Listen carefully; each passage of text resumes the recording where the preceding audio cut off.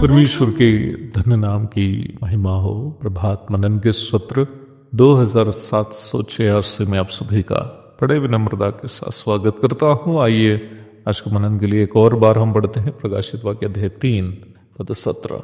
तू कहता है कि मैं धनी हूँ और धनवान हो गया हूँ और मुझे किसी वस्तु की घटी नहीं, और ये नहीं जानता कि तू अभागा और तुच्छ और कंगाल और अंधा और नंगा है। आत्मिक कंगालपन के अलग अलग परिणामों पर इन दिनों में हम चर्चा करते आ रहे हैं। पढ़ी गई पद में दी गई सूची के अनुसार इसमें अंतिम परिणाम नंगा है। अंतिम परिणाम को हम चाहिए तो संपूर्ण परिणाम भी कह सकते हैं। The last consequence can be the absolute consequence too. मेरा कहने का तात्पर्य यह है कि इस सूची में दिया गया अंतिम परिणाम आत्मिक पतन का संपूर्णता को भी सूचित करता है।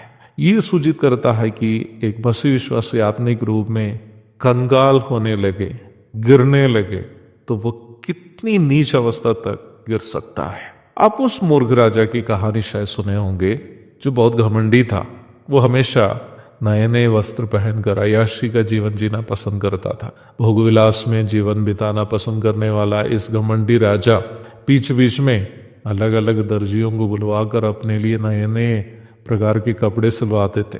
एक बार एक चतुर दर्जी राजा के दरबार में आया जो राजा की कमजोरी अच्छा से जानता था और राजा को लूटने के साथ साथ एक सबक भी सिखाना चाहता था। उन्होंने राजा से कहा कि वह राजा के लिए एक विशेष वस्त्र सिलाना चाहता है जो दुनिया के सबसे महंगे एवं अतुल्य होगा।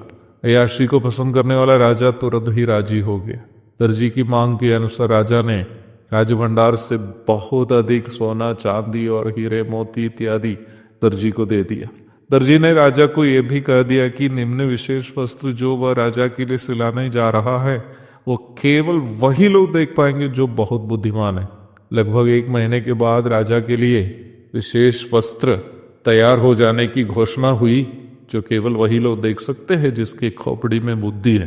दर्जी और सहयोगी राजा को उसके कपड़े बदलने वाले कमरे में ले जाकर उन्हें नया वस्त्र पहनाने का बहाना दिखाया।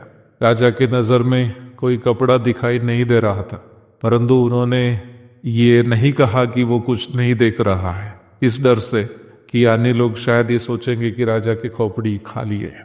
नया वस्त्र जो दर्जी दिया पहनकर राजा दरबार में आया तो वहां उपस्थित मंत्रिमंडल के सदस्य एवं अन्य सैनिक राजा का नंगा शरीर छोड़कर कुछ भी नहीं देख रहा था, परंतु उनमें से एक भी इस डर से मुंह नहीं खोला कि यदि मुंह खोलकर सच्चाई बताएंगे तो दूसरे लोग ये सोचेंगे कि उन्हें बुद्धि नहीं है।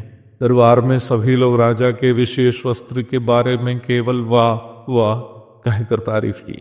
खुश होकर राजा ने अपना कीमती विशेष एवं अतुल्य वस्त्र पहनकर जैसे अक्सर करता था अपना रथ पर बैठकर राजधानी के सड़कों से घूमने की इच्छा की। सड़क के दोनों ओर से सभी देशवासी राजा के सभी डिंगोल्फी सुडोफी देख लिए, पर कोई डर के कारण मुंह खोलकर ये नहीं बोला कि राजा नंगा है। सिवाय राजा सबको ये पता था कि राजा नंगा है, परंतु कोई मुंह नहीं खोला, इस डर से कि सच बोलेंगे तो उन्हें मूर्ख समझेंगे। परंतु एक छोटा बच्चा जो माँ की गोद में बैठकर राजा को देख रहा था वह अपनी मम्मी से पूछा, मम्मी ये राजा क्यों नंगे घूम रहा है। बात सुनकर जब तक राजा की खोपड़ी में बत्ती जली तब तक दर्जी और सहयोगी देश से फरार हो चुके थे। मसीह होने का दावा करते हुए वचन की शिक्षा के अनुसार जीवन व्यापन नहीं करने वाले और दुनिया के मोह माया में जीवन बिताने वाले सभी मसीह विश्वासी उस बुद्धिहीन राजा के समान हैं जो खुद सोचता है कि हम महान हैं, परंतु उसको देखने वाला हर अन्य व्यक्ति को ये अवश्य दिखाई देता है कि वे नंगे। मसीह जीवन प्रभु यीशु मसीह के पद चिन्हों पर चलने की एक जीवन शैली है। निम्न जीवन शैली में जीवन बिताने के लिए वचन का उपदेश हमारी मदद करता है, परंतु वचन का उपदेश को नजरअंदाज करते हुए जब हम मनमर्जी के अनुसार सांसारिकता में डूबे एक जीवन बिताते हैं, दुनिया हमें देखकर हंसने लगती है। मैं कभी कभी सोचता हूं कि मसीह लोग यदि वचनानुसार का एक जीवन बिता पाएंगे तो शायद हमें चिल्ला चिल्लाकर दूसरों से सुसमाचार बोलने की जरूरत ही नहीं पड़ती। हमारी जिंदगी देकर वो प्रभु के पीछे आ जाएंगे। प्यारो, हम केवल नाम का मसीह नहीं बल्कि उपदेश के अनुसार जीवन बिताने वाले सच्चे मसीह बनेंगे, ताकि हमें दुनिया के सामने नंगा होना ना पड़े, ताकि दुनिया हमें देखकर नहीं हंसे। एक और शुभ दिन की धन्य कामनाओं के साथ आज को मनन में यह समाप्त करता हूँ। प्रभु आप सबको आशीष दे। आमीन।